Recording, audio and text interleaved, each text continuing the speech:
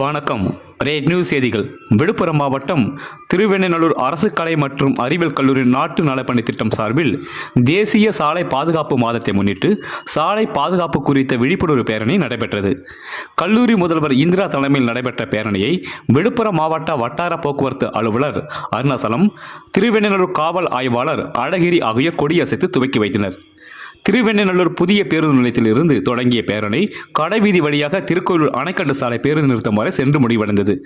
அப்போது வழிநெடுகிலும் சாலை பாதுகாப்பு விழிப்புணர்வு குறித்த துண்டு பிரசுரங்களை பொதுமக்களிடம் மாணவ மாணவிகள் வழங்கினர். பல்வேறு சாலை பாதுகாப்பு விதிமுறைகள் குறித்து கல்லூரி பேராசிரியர்கள், மாணவ மாணவிகள் உறுதிமொழி ஏற்றனர்.